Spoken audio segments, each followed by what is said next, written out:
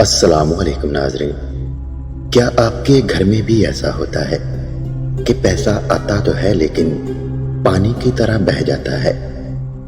کیا آپ دن رات محنت کرتے ہیں، خوب کماتے ہیں، لیکن مہینے کے آخر میں ہاتھ خالی رہ جاتا ہے اور گھر میں ہر وقت بے برکتی اور تنگی محسوس ہوتی ہے؟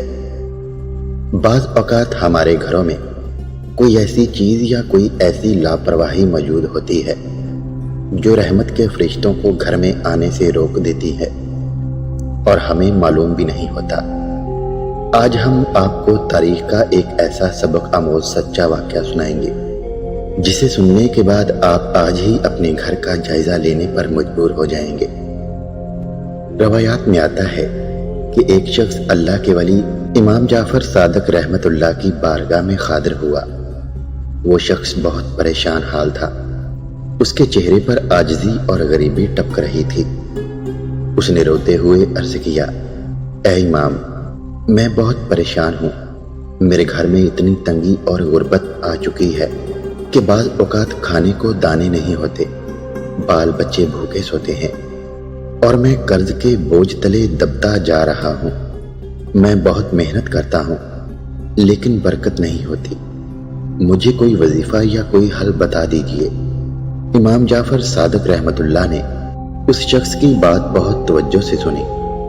انہوں نے اسے کوئی ایسا لمبا چوڑا وظیفہ نہیں بتایا بلکہ اس سے ایک عجیب سوال پوچھا۔ آپ نے فرمایا، اے شخص، مجھے یہ بتاؤ کہ کیا تمہارے گھر کی دیواروں اور کونوں میں مکڑی کے جالے لگے ہوئے ہیں؟ وہ شخص حیران رہ گیا کہ میری غربت کا مکڑی کے جالوں سے کیا تعلق؟ اس نے سوچ کر جواب دیا، جی ہاں حضور، گھر پرانا ہے اور کچھ کونوں میں اور چھتوں پر مکڑی کے جالے لگے ہوئے ہیں، میں نے کبھی ان پر دھیان نہیں دیا۔ تب امام عالی مقام نے فرمایا، اپنے گھروں کو مکڑی کے جالوں سے پاک صاف رکھا کرو، کیونکہ گھر میں مکڑی کا جالا لگے رہنا غربت اور تنگی رزق کا باعث بنتا ہے، یہ گھر سے برکت کو اڑا دیتا ہے۔ ناظرین، ہمارے دین اسلام نے صفائی کو آدھا ایمان قرار دیا ہے۔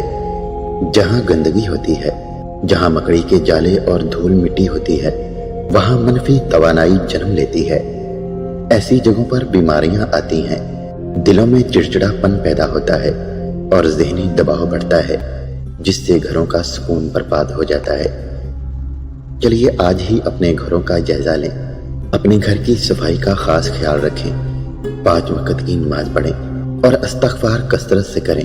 انشاءاللہ آپ خود دیکھیں گے کہ کیسے غیب سے رزق کے بند دروازے کھلتے ہیں۔ ویڈیو پسند آئی تو چینل کو سبسکرائب ضرور کریں۔ اپنا خیال رکھیے گا۔ اللہ حافظ۔